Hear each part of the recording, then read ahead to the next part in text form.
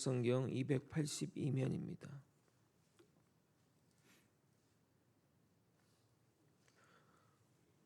함께 번갈아 교독하고 마지막 절 함께 읽겠습니다.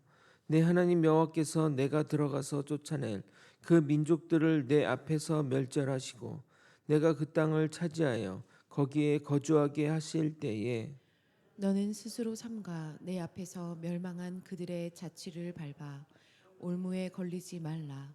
또 그들의 신을 탐구하여 이르기를 이 민족들은 그 신들을 어떻게 섬겼는고 나도 그와 같이 하겠다 하지 말라. 내 하나님 여호와께는 내가 그와 같이 행하지 못할 것이라. 그들은 여호와께서 꺼리시며 가증히 여기시는 일을 그들의 신들에게 행하여 심지어 자기들의 자녀를 불살라 그들의 신들에게 드렸느니라. 내가 너희에게 명령하는 이 모든 말을 너희는 지켜 행하고 그것에 가감하지 말지니라. 아멘. 모든 생명의 근원이 피에 있기에 우리는 피를 먹어서는 안 됩니다. 피를 먹는 행위는 생명의 주관자이신 하나님의 주권을 인정하지 않는 행위입니다. 우리가 하나님의 주권을 인정하면 우리의 소속은 하나님 안에 있게 되고 그로 인해 주님이 예비하신 복을 누리는 삶을 살게 되는 겁니다.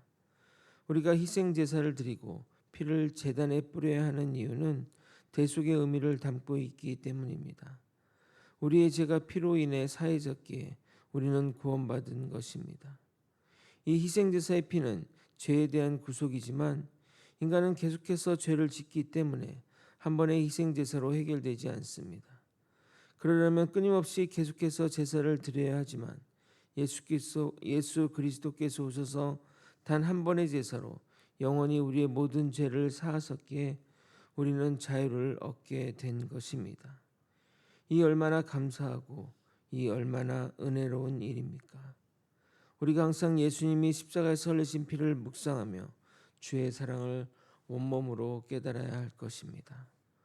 오늘은 가나안 우상 숭배자의 풍습을 따르지 말 것에 대한 강조와 율법의 가감 금지 명령을 살펴보도록 하겠습니다.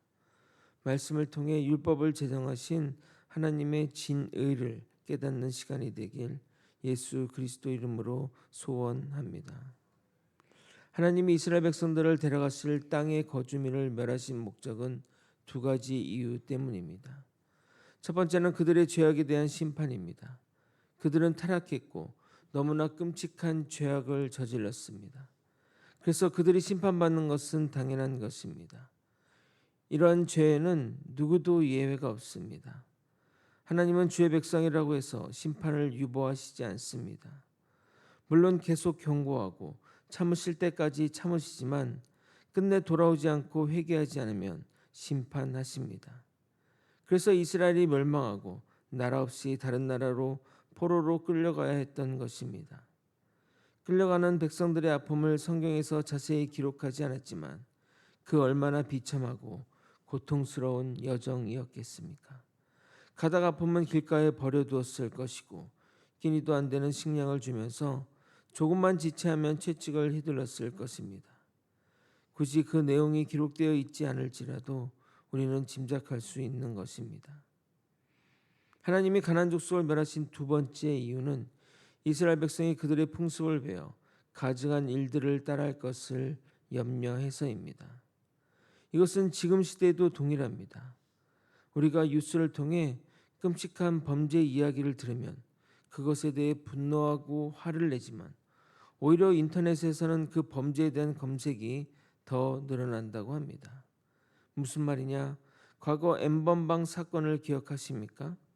여학생들의 약점을 이용하여 그들을 노예로 만들고 성착취물을 생산하였는데 채팅방 회원들에게 유료로 동영상이나 사진을 공급한 일이 밝혀져 대한민국을 발칵 뒤집어 놓았습니다. 그런데 그 뉴스 이후로 그 N번방 접속 방법에 대한 검색이 폭발적으로 늘어났다고 합니다. 물론 호기심으로 접근하겠다고 말하지만 인간의 타락한 본성을 볼 수 있는 장면이라 하겠습니다. 과거에도 어느 연예인의 S 동영상이 누출되었는데 그것을 서로 공유하며 난리가 난 것처럼 인간은 죄악에 쉽게 반응하는 존재임을 알 수 있습니다. 그래서 하나님은 그들의 풍습을 따르지 말라고 경고하는 것입니다. 30절입니다. 여러분이 한번 읽어보도록 하겠습니다. 시작. 너는 스스로 삼가 내 앞에서 멸망한 그들의 자취를 밟아 올무에 걸리지 말라. 또 그들의 신을 탐구하여 이르기를 이 민족들은 그 신들을 어떻게 섬겼는고 나도 그와 같이 하겠다 하지 말라. 이들이 그들의 그 범죄 행위로 멸망당했는데 그럼에도 불구하고 인간은 그 방법을 연구하여 똑같이 죄악으로 나아가는 어리석음을 보여주는 것이 죄인된 인간의 모습입니다. 이방신들을 향한 제사는 음란함과 광기의 극치입니다. 제가 몇 번 이방 제사 방식을 말씀드려 언급하고 싶지 않지만 이방신을 향한 제사는 음란함이 기본적으로 깔려 있습니다. 제사가 진행되면 결국 남녀가 함께 집단 성행위를 하는 것으로 절정에 다다르게 됩니다. 아직도 그 잔재가 남아 있습니다. 여러분, 브라질은 매년 2월 말에서 3월 초까지 카니발 축제를 벌입니다. 이것을 축제라고 명명하지만 실제는 고대 제사를 축제로 변형한 것입니다. 이 축제를 보기 위해 수백만 명이 이곳을 찾는다고 하는데 이 축제 기간에 일어난 일들을 보면 거의 반나의 남녀들이 일절 안면도 없음에도 불구하고 거리에서 깊게 키스하고 남녀를 넘어 남자끼리 여자끼리도 서슴없이 합니다. 길에는 술과 마약의 냄새가 진동하고 술에 취한 사람들이 곳곳에서 싸움을 벌이며 밤이면 길거리나 해안가 곳곳에서 성행위가 벌어집니다. 소돔과 고모라가 있다면 아마 이런 모습일 것입니다. 그런데 브라질의 수도 리오데자네이루에 상징하면 여러분이 본 적이 있는 바로 이 예수상입니다. 사진을 보시면 이 모습을 여러분도 보셨을 것입니다. 예수상 아래서 이런 타락하고 더러운 축제를 벌이니 정말 하나님이 그곳을 쓸어버린다 할지라도 할 말이 없을 것입니다. 당연히 그들이 벌이는 것이 죄악인지도 알면서도 그들은 그 축제를 즐깁니다. 혼자 죄를 지으면 죄책감이 따라오지만 모든 이들이 죄를 지으면 죄를 죄같이 여기지 않게 되기 때문입니다. 이방인의 제사 방식은 기본적으로 향락적일 뿐만 아니라 제사가 진행될수록 광기의 현장으로 나아가게 됩니다. 31절을 여러분이 한번 또 읽어보도록 하겠습니다. 시작. 내 하나님 여호와께는 내가 그와 같이 행하지 못할 것이라. 그들은 여호와께서 꺼리시며 가증히 여기시는 일을 그들의 신들에게 행하여 심지어 자신들의 자녀를 불살라 그들의 신들에게 드렸느니라. 정상적인 상황, 또 정상일이라면 상상하지도 못할 일이지만 광기로 나아가면 자신의 자식을 희생 제물로 바치게 되는 일까지 벌어집니다. 도대체 어느 정도가 되어야 자신의 자식을 바칠 수 있을까요? 미치지 않고서야 불가능한 일 아닙니까? 이처럼 사람을 광기로 몰아가는 것이 바로 이방 제사의 모습인 것입니다. 그런데 이런 인신 제사 방식의 종교 의식을 북이스라엘도 따라해서 그렇게 경고했음에도 불구하고 북이스라엘이 따라해서 하나님의 분노를 일으켰고 이것이 북이스라엘 멸망의 결정적 원인이 되었던 겁니다.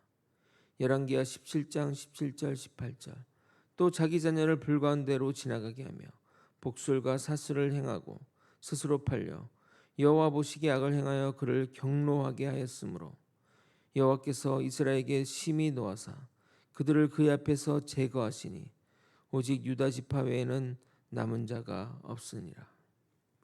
하나님의 말씀은 우리가 지켜 행해야 합니다. 아멘. 이 질문에 그리스도인 누구나가 아멘이라고 답하실 것입니다. 근데 우리가 말씀을 지켜 행하되 말씀에 가감을 해서 지켜 행한다는 것이 문제입니다. 하나님의 말씀에 우리의 생각이나 관념을 더한다는 것은 하나님의 말씀이 완전하지 않다는 의미이며 부족하다는 의미입니다.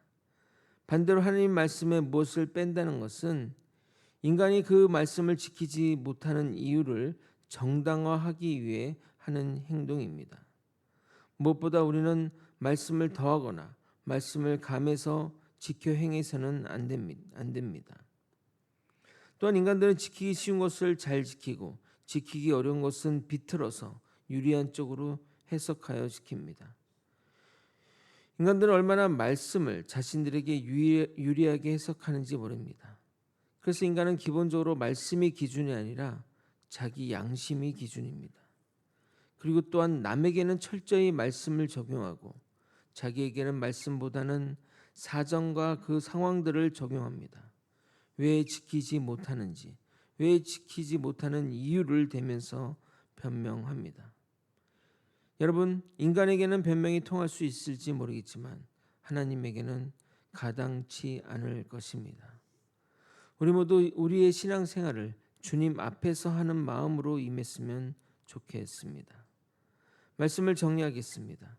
하나님이 이스라엘 백성들을 드릴 가나안 땅의 민족을 멸하시면서 그들의 풍습을 따르지 말라고 명령하셨습니다. 아마도 그들은 당연히 하나님의 말씀을 지킬 것으로 생각했을 것입니다. 그러나 시간이 흘러 그들의 풍습을 따르게 되었고 하나님이 극도로 싫어하셨던 인신제사, 그 중에 자신의 자식을 바치는 제사까지 드리게 되었던 것입니다. 이처럼 이방 제사는 우리를 미혹하여 끌어당기는 힘이 강합니다. 이것이 바로 죄의 구심력입니다. 우리가 정신을 차리지 않고 있다가는 죄악으로 빨려 들어갈 것입니다. 그러므로 말씀의 엄격한 자세로 나아가 말씀에 덧붙여 하나님의 권위보다 자신의 권위를 높이거나 말씀을 빼서 지키기 쉬운 것만 지키는 그런 행위를 하지 말아야 할 것입니다. 우리는 주의 말씀 그대로 지켜야 합니다. 항상 주의 말씀대로 살아가는 우리 모두가 되길 예수 그리스도 이름으로 축원드립니다. 아멘. 기도하시겠습니다. 하나님의 말씀 그대로 순종하는 우리 모두가 되게 도와주시옵소서. 말씀을 자신 나름의 해석하여 가감하여 그것 지키기 쉬운 것만 지키고 나머지는 자기 양심을 따라 아버지 행동하는 그런 불신의 사람이 되지 않게 도와주옵소서. 세상은 너무나 타락했습니다. 우리를 유혹하고 아버지 정말 우리를 죄악으로 이끌고자 합니다. 그런 것에 미혹되어 하나님을 모른 척하지 않고 하나님 말씀에 가감하지 않고 오직 말씀으로 오신 예수 그리스도를 믿으며 말씀대로 살아가는 우리 모두가 될 수 있도록 이끌어 주시옵소서. 이 모든 것 우리 주 되신 예수 그리스도 이름으로 기도드리옵나이다. 아멘.